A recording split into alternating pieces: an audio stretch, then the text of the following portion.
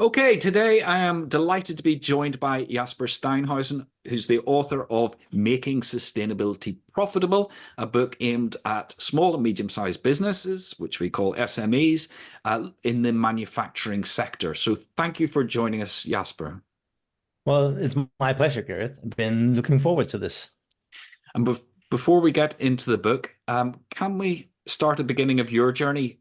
When did you get started in sustainability and why? Yeah, well, it actually goes way back. I spent just about all my life on sustainability. So we have to go back to a classroom in gymnasium when I was just a teenager sitting there, and Tom, our teacher in geography, teaches us on a lecture on climate change.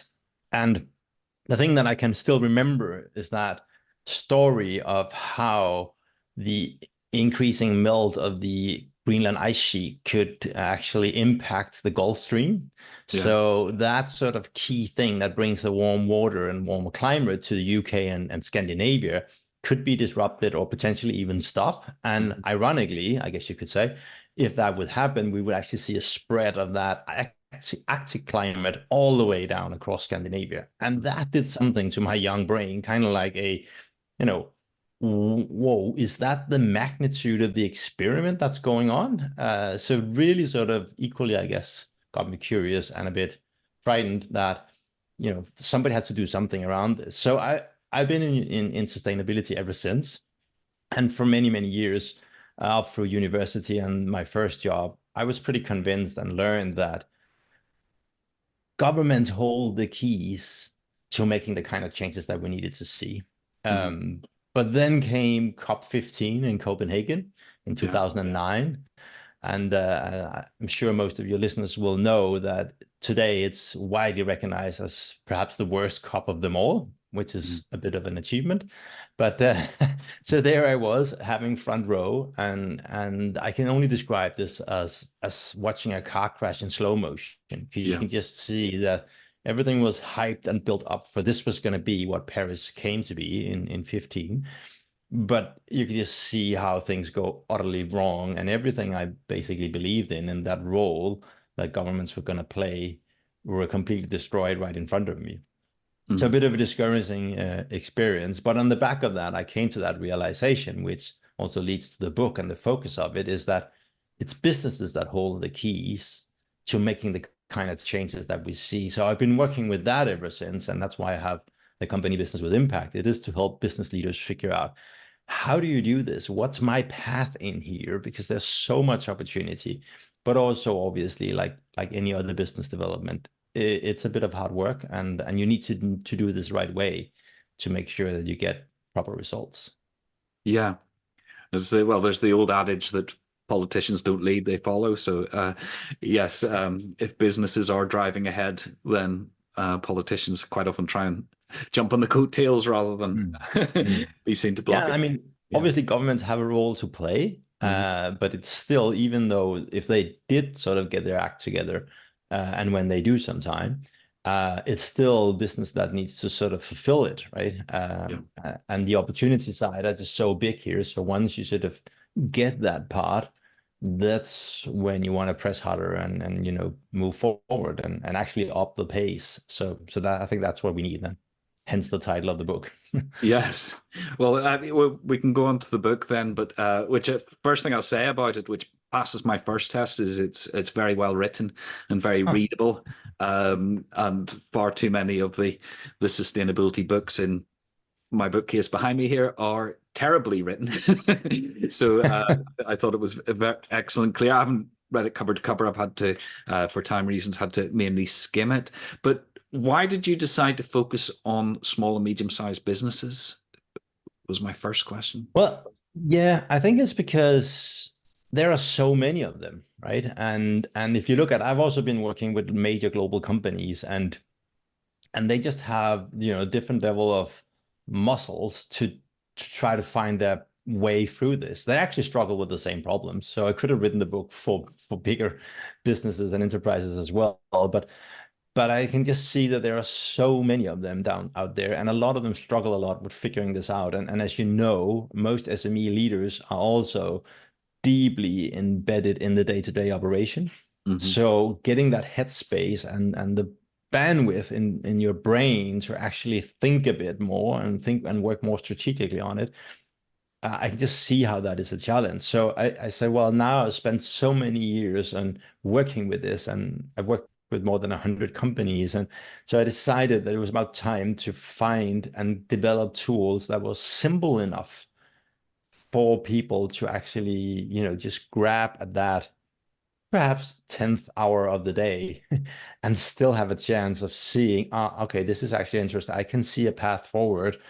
I'm going to try to work on this also, perhaps on some of the first hours of the day when my brain is still fresh. So I set that sort of goal for myself to try to create a more simple and direct approach, and something that connects directly into their core business, because there is, again, as I said, so much opportunity here, and they're missing it because they can't see it. And perhaps, as you said, a lot of the traditional and already out there available books on sustainability are so focused on sustainability and not on connecting the dots and connecting it to business, which then obviously means that if you are already pressed on running your business and stuff, this just becomes an additional task, and you have a hard time figuring out, how does this actually help me with my business and with all the things that I already have to do, right? So I think that's what I set out to do, and why I want to focus on this, because there's so many of them, and if we can help them, when we get more small and medium-sized businesses to really engage here, we'll see a significant impact. We'll see lots of jobs where we'll see an increased feeling of satisfaction in working with this, and also lots of businesses that will improve. Yeah. And at the start of the book, you present an impact curve, which ranges from the danger zone of people who are, could find themselves completely redundant as a business as we move forward, up to green unicorns, which are the businesses which have really decided to innovate in the space. But somewhere in the middle, you have a sweet spot, which you recommend small, medium-sized businesses aim for. How would you define that sweet spot? Well, if you're a company in that sweet spot, it means that you've chosen to basically, I mean, I think the most simple way to explain it is probably, if you look, if for anybody listening to this, if you just imagine a company that you think is part of the solution, right? That they are somehow not just trying to create nice office chairs or whatever it is that they produce, doesn't really matter, but they're actually pursuing and helping to solve some of the major problems that we're facing in the world. That will be the type of company that are in the sweet spot. Whereas those that are lost in the wilderness, or in the wilderness, as I call that, before the sweet spot on that graph that you mentioned, well, those are companies, when you look at it, you will typically think that they are part of the reason why we are facing all these problems, right? So the biggest difference is that if you're in the sweet spot, then sustainability is an integrated part of how you run your business. You're basically using your business or trying to turn it into a force for good. So there isn't a sustainability, or whatever you want to call it, strategy, climate, circular economy, whatever. You don't have sort of a sustainability strategy and a business strategy. You just have a strategy to improve your company. And part of that is by also improving your impact on the world. Whereas what we see in traditional sense, and where the majority of companies is, well, you have the business strategy, that's the important stuff. And then you have strategies like sustainability and other sort of softer that are just important, right? And we all know that when the going gets tough, well, then the focus is on the important stuff. And you basically, you park the other stuff a bit, or at least prioritize it slightly less. Whereas for those who are in the sweet spot, well, they've found a way to improve the way, the way the world is moving through the way that they produce, which means that, again, just take climate change as something really simple, or not necessarily simple, but simple to understand. And everybody knows is that there's so many people in this world that would like to see, and that are becoming anxious of the development in terms of climate change. So the second that you have a company that whatever they produces are actually pursuing and clearly helping to solve this problem, well, then everybody who feels like we need to do something on this, they will be cheering, right? So you get that tailwind uh, from a large proportion of any group of people that basically feels like we need to succeed in this. So if I hear of anybody who needs these office chairs or whatever, well, then I'll tell about this company that are actually doing something meaningful here while also producing the chairs. So it's the fast track to get into the final. Then obviously your product and service and conditions and prices and all of that at the end of the day needs to stand the test, and that's that's going to determine whether or not you win the sale. But getting you into the final, the top three, well, that's what that repositioning, that's where you can get that tailwind. So that's what I call the sweet spot. Yeah, excellent. And you mentioned leadership, and like you, I've worked with lots of SMEs on sustainability, and I think probably even more than big business, a lot of it comes down to leadership and the attitude of the leader. So I suppose the question is, if somebody who works in middle management in one of these small and medium-sized businesses doesn't feel the leaders are taking sustainability seriously, do you have advice for them on what they can do? Yeah, I think the key thing is really to make sure that you connect sustainability and business, right? Mhm. So what we see typically is that, as I said, you look at sustainability as if it was a matter of sustainability. You might think, well, what else should it be? But the thing is that very, very often we find that if you focus on your resource flow and on your impact and stuff, you will start to actually have a smarter way of running your business. So typically areas where we see business value fall in could be something like reducing costs, increasing customer loyalty, increasing sales, increasing innovation, attracting better talent, and they're actually also stay for longer, increase productivity, increase brand value, and very soon also we will actually start to see that it has impact on your ability to attract investors, because the whole investment community and banking area needs to focus on this and to report on it. So there are lots of the business problems that your CEO owner will have on his or her plate already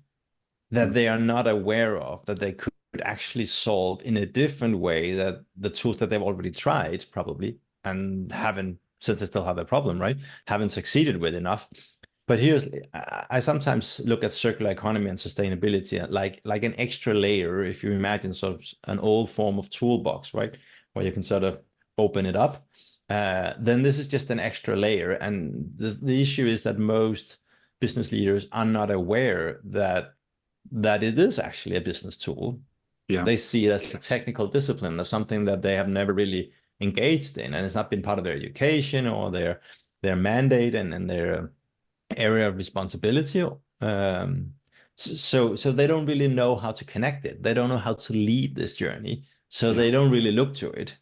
So if you are sitting there a level or two below, the best thing you can do is really train yourself in figuring out, well, what is the top problems that we're working at this company, and what's the top problem of top 3, top 5 of our ideal clients, and how could sustainability, circular economy, climate change, again, whatever your label is in your business, how could working on that help to solve those problems while also making some sort of impact, right? And then that's what you need to do when you sort of push the door open into your owner's corner office and say, don't come with, say, I have an idea for saving the planet, right? If you know the biggest issue right now is customer loyalty and you think that this could be a way of improving it, well, then that's what you knock on the door and saying is, I have an idea of how we can improve our customer loyalty. Could I have 5 minutes? Well, obviously you can, if that's one of the top priority problems right now, because that's what he's working on already, right? Whereas if you come with that, I have an idea of how we can reduce our climate impact. It's kind of like, yeah, but I'm kind of occupied right now because I need to increase my customer loyalty. That's a demand and request from the board, perhaps. right? So if I don't do that, I might not, get the bonus that I'm looking to get at the end of the year or whatever. It could be very small, sort of practical, personal stuff, right? All of a sudden, that sort of stands in the way. So you got to make sure that you get on the radar, and you do that by connecting sustainability and business. That's the fastest way. Yes, yes.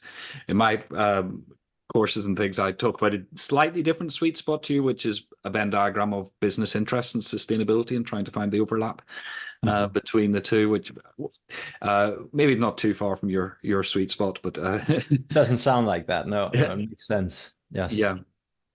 And one of the things I like about working with smaller businesses is their agility, their ability to innovate. And Yeah. a lot of my case studies are my favorite case studies are SMEs, because they often do things differently, because you don't have that corporate think No. that you quite often get in large organizations. So I suppose I'm trying to think of put that into a question rather than a statement, but how do you unleash that innovation and creativity to its full extent in the businesses you work Yeah. with? Well, I think sometimes or often it actually comes from when, let's just say we have the CEO, it doesn't matter, it could be the entire C-suite or whatever. Again, depending on the organization, sometimes it's just a one or two person, sometimes it could be slightly bigger, but it doesn't matter. But when you have those ultimate responsible looking and seeing, discovering, really making that connection, and sometimes it could be like, okay, so why are we actually doing this, right? I remember I had a client, for instance, he stood up in the middle of that session where we were discovering and just doing sort of back on the back of an envelope calculations a bit. And it was kind of like, okay, full stop. Nobody's allowed to sell this product going forward unless they have explicit permission from me, right? Because they just discovered that they actually lost money on this if you look at the total costs of the actual doing the product, right?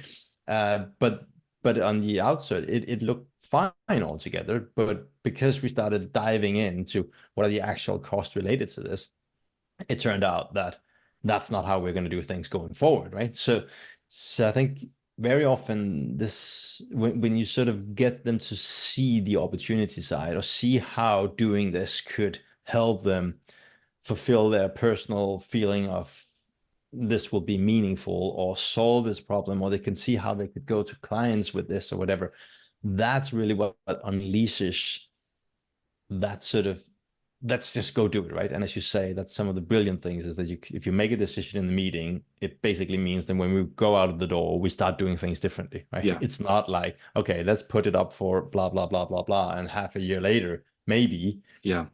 you get a green light, and then you start filtering down with the organization. It's like, okay, from tomorrow, we're going to do things differently, or I'm going to go out and try this, or, somebody just stands up and say, great, I'll go down and try to make these adjustments and do some testing. I'll be back later this week with the results, right? And Yeah.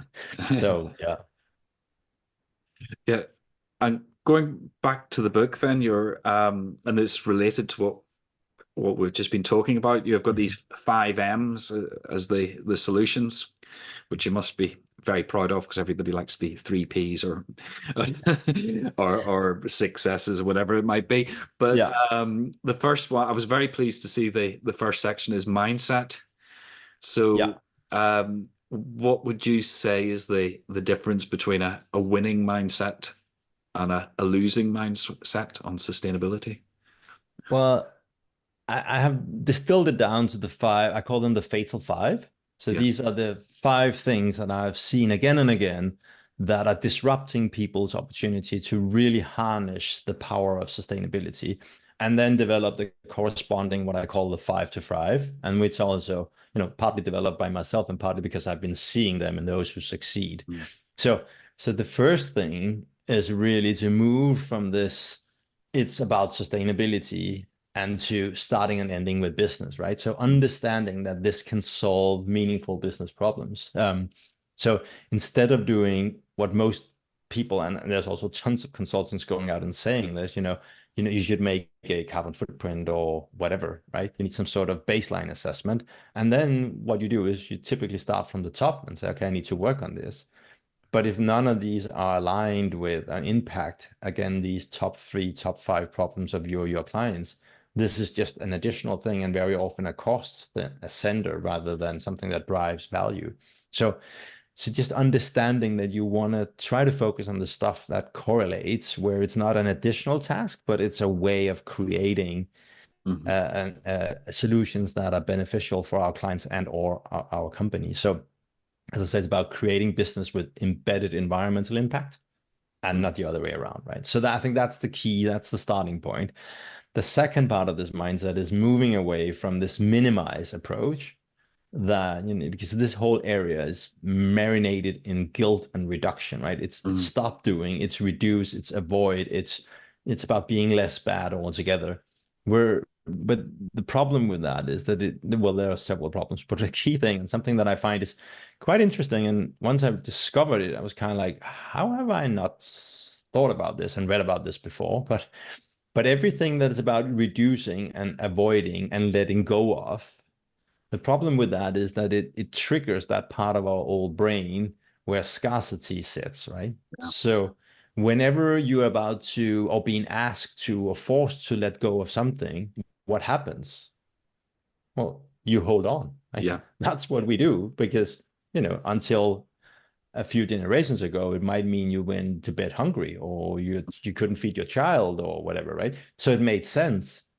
That's one of the key thing of the old reptile brain that runs the show, basically, is to make sure that we keep whatever we can get.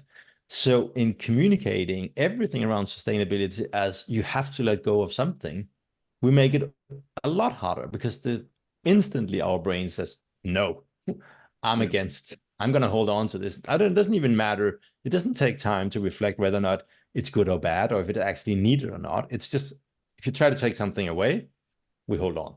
It's that simple. So if we can reframe this to creating new and better, it's far easier because we avoid that trap of holding on, and we place the thought in the newer part of the brain where creativity, imagination, collaboration, all of that sits. And that's definitely what we need, because then we can start to create new and better versions of this. So it becomes a matter of, again, creating a positive impact rather than being less bad. Now I only hit my children 2 times a week. Oh, great, but it still is not really that perfect, right? We need to get beyond that. So shift from minimize negative to create positive makes a huge difference in also in how much fun it is. I love when I get to that part in that sort of mental transformation, because you can feel the tension lift in the room. Yeah. Because everybody hates this reduce, avoid, sorry, I'm here, right? Everything is just, you're bad. We just keep reminding ourselves, and you shouldn't eat this, you shouldn't fly, you shouldn't do, you shouldn't, right? When you're sort of all of a sudden allowed to think of that, hey, I can lift my shoulders and put my chest forward, I'm doing something positive here, I'm creating new and better, it completely shifts the energy in the room. So it's a really amazing part. The third one is about, we're so used to just thinking that everything that's green costs more. So it's a self-fulfilling prophecy, because most companies start a new project on sustainability with the expectation that this is probably going to be 10% more costly or whatever the number is. And I can guarantee you then it will be right. Because if that's what you aim for, that's what you get, right? So we need to shift that to say, well, obviously when we want to create green products that are cheaper in a total cost perspective, or at least where the ratio value price is better than it is today. And very, very often, and a lot of people listening to this will know that, I guess, that tons of times we see that it's actually about avoiding all types of waste, energy, water, materials, so on and so forth. So there's so many ways where we create direct business value, and still we have a starting point that is probably going to end up being more costly. Why is that? Well, I think I know why it is, and because we see it all the time. But I remember I had a conversation with the CEO at some time that said, well, to be honest, we are actually making our sort of green portfolio is cheaper to make, but because everybody expects it's more expensive, we just bump up the prices and put that additional money right in the bank, right? So, and she was kind of faced with also, is this actually good, or should we sell it at a lower price, not to sort of, just being part of pushing that idea that transitioning is going to be hugely expensive, right? So that became a bit more of a moral issue versus should I just make those extra bucks because I can? Everybody expects it to be. And then finally, it's really important that you see this as a way of doing, a new way of doing business, a new way of running and developing your business rather than a project. It's not a standalone thing. It's really, again, back to this. It's a way of thinking and running and doing business. And then the last piece is that you need to be open and collaborative and transparent about what you do. Whereas today, most companies are basically keeping it to a very few people doing this, not telling a lot about it, fearing of being accused of greenwashing and so on. There's many things behind this, but whatever it is you're trying to accomplish, somebody have been there before, right? Somebody have a solution. Somebody woke up this morning with the key thing you are missing. Mm-hmm. But if you don't tell anybody where you are, where you want to go, and what you're struggling with, nobody has a chance in hell of knowing that, hey, somebody is missing what I have. So that's your fast track, right? It's a way of really just don't try to reinvent the wheel. You need to go out and tell people where you are and where you're going. And that's also where credibility comes in terms of when you're going out to communicate on this. So basically that's the main shift. It's away from sustainability to business, from negative to positive, from costly to cheaper, from project to a way of doing, from keeping it to ourselves to being open and transparent and collaborative. That's the shift in mindset that makes the biggest difference in everything you're going to do.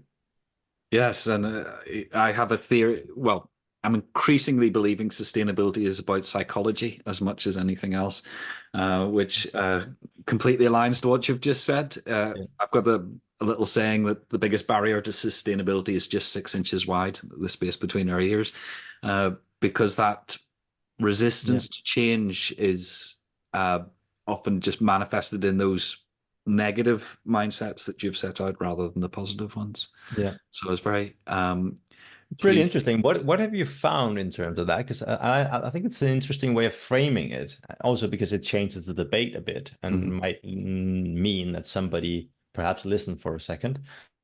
So what's your sort of learnings around that? That's sustainability is actually a psychology issue rather than. Well, a lot of my consultancy about how long ago was it? Probably about 16 years ago. I changed from so-called theory X of going into business with a clipboard, diagnosing problems, drawing up solutions, and presenting them, because those solutions were never implemented. So I swapped it around completely to theory Y, which is you get the key decision makers in a room and say, okay, here's the problem you're trying to solve. How are you going to solve it? And what I learned that practically on a practical basis. But then one of the most influential books I've read recently, and again, going back, it's probably about 10 years since I read it, was Thinking Fast and Slow by Daniel Kahneman. And that is that allowed me to sort of retrofit the psychology theory to what I'd learned in practice. And it's that idea of getting the client to solve their problems meant that they picked up the ball and ran with it, rather than if I'm telling them what to do. You get that attitude, the negative mindsets that you were talking about, of people saying, oh, I'm not sure about that, that will be disruptive, that might cost more, might be all those different things. And you mentioned fun. One time I did this with the board of part of our health service, and when we'd finished the workshop, one of the board members said to me, I thought sustainability was going to be really dull, but that was fun. And I realized then that that was a big part of what those of what we're trying to achieve, and why I was so pleased to see mindset as the first step in your book, because I Yes. think Yes. that is a huge part of it, because she's obviously going to go into with more gusto if she thought this was a fun thing to do rather than something she really had to do. Yeah.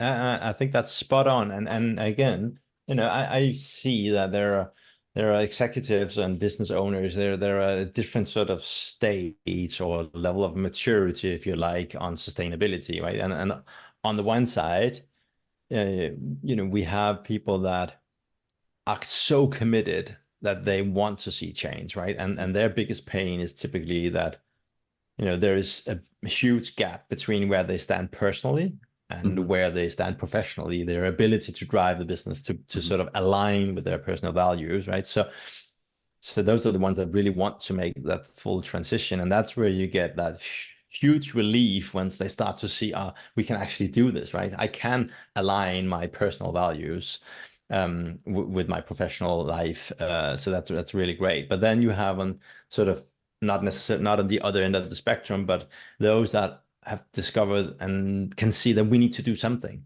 Yeah. but they're not sure what to do and how to do it. And I think that's where it sounds like that was kind of the client that you mentioned there, that you get this experience all of a sudden, this can be fun and this actually connects with what's important for me. All of a sudden I can see that I came into this workshop because kind of needed to, or I hired you, or because our sustainability responsible has sort of have called me in, and sure, I'm going to meet up, and this is also we need to do something, but my head is somewhere else, right? And these Yeah. are the things that I focus on. This is what I get measured on. This is what's important for me. And all of a sudden, it's kind of like, these connect, right? This is actually something for me as well, and it feels damn good, right? Yeah. At the Well, same that's time. and So that leads on to a huge number of other business benefits, going back to the business side of things that you were talking about, because this idea of emotional engagement with your job is almost the sort of holy grail of modern business theory. yes. That if people feel good about what they're getting out of bed in the morning to do, then they'll be more productive, and everything from profits through to health and safety performance all improves. Yes. And that's been Yeah. proven. So I do sometimes sell sustainability as a gateway to Yeah. getting a happier and more productive workforce. Yeah. Really, really, really, really agree. I wrote an article on that. I think perhaps a year back or something, but that was inspired by this story from the, I think, late 80s of an American company. I think they were working in aluminum or something. There was a sort of a heavy Mhm. metal industry. And they were really in dire problems. And this new CEO came in, and the only thing he talked about was health and safety, right? Nothing else. That was it. Completely 100% focus on that. And people were like, "What are you thinking about? Look at the numbers. We need to do that." But having that focus means that all employees started to trust him right away. But once you want to make sure that you reduce the number of incidents on work, well, then you focus and concentrate more. So the products became better. There were less errors, less that were to be returned from clients. That Mhm. also meant that increased the trust from the clients. So they kept staying, and the quality came up, and the amount of money that were wasted on products that had to be discouraged because it didn't meet the standards went down, so cost went down, and so that sort of silver bullet, right? And that's when I discovered at some point that, well, as you said, sustainability can be a bit of the same because it has this impact on so many areas. Yeah. So you can actually choose to make that sort of your key narrative, your key story that will drive so much positive change and so much value in your business. Yes. And obviously, it's also a key way of attracting new talent. If people Exactly. believe Yep. that they are going into a business which actually cares about society and the environment and things, it's been shown to attract particular graduates Yep. into businesses. But I would say all ages, actually. And I think that part is probably the most consistent trait in any company that I've worked with, read with, discussed, talked, held presentations for whatever I've been doing with them or read about in all these years is that everybody who's seriously commit and work with this, they report back on having this massive uptake in employer satisfaction and the ability to attract and retain talent. Also, even though this has nothing to do with why they started doing it, this is all across. They all say that, people are just happier, they stay longer, and more people try to join us, even though we might be situated somewhere in the countryside where we actually have a hard time getting anybody to go out here. And all of a sudden, people are ready to commute for a longer distance to be with us because it just makes sense, right? It's that meaningful part. And I have sort of, that's a bit of my sort of personal theory here. But when you look at circular economy and that sort of being part of a cyclic approach rather than the linear approach, if you look at that, that's been the success formula for mankind for something like 99% of all time we've been on Earth, right? So until like, I don't know, 5, 10 generations ago, less actually, because it's actually only when we invented the synthetic materials. But before that, everything came from the ground and we used it and we tried to use it as long as we possibly could because everybody was poor.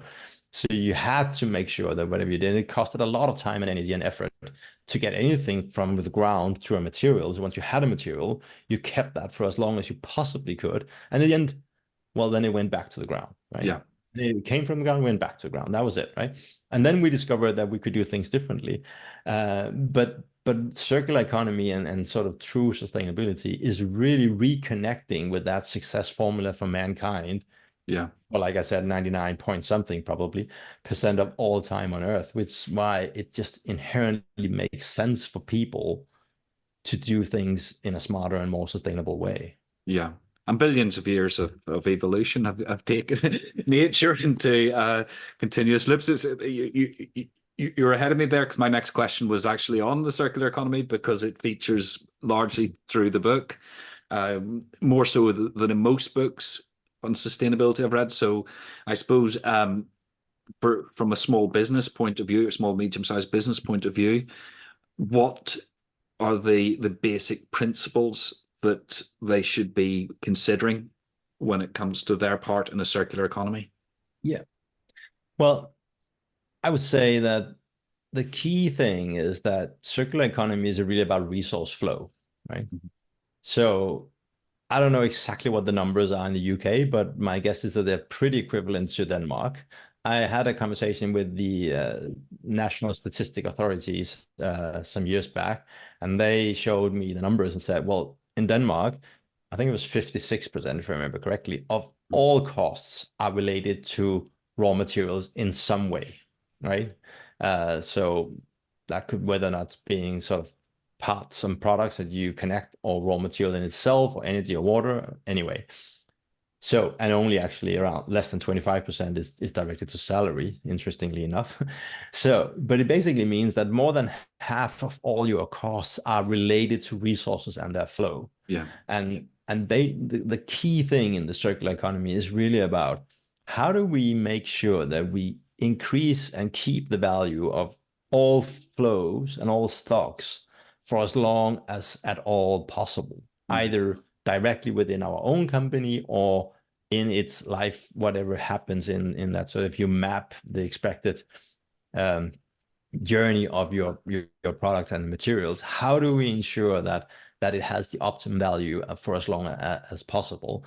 And obviously, if it represents a massive value at the end of its sort of original life term for your product, well, that's as a value you can bake in the price. So it might be that you can sort of increase the price because you created the product that's easy to retain that value at the end of the service life for your client.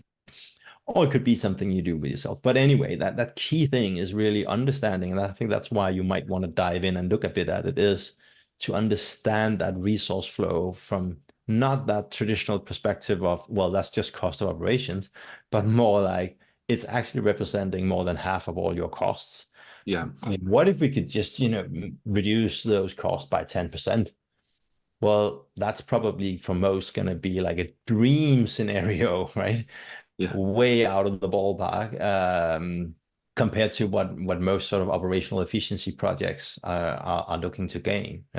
Yeah. So that's the key thing. The second of the principles is around reducing the use of harmful chemicals, and that has two sort of components to it. Whereas one is that, well, the more you sort of add harmful chemicals to your materials, the harder it is for it to retain that value.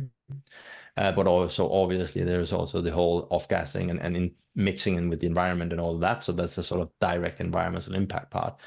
And then there is the final sort of element to it is run everything on renewables. So that's sort of this traditional climate-related agenda, I guess you could say. But most of the time, the most of the value lies in that resource flow and that changing those, understanding, basically start, what if this wasn't a waste? Right? What if it was valuable? What would it take for this to be valuable and for whom?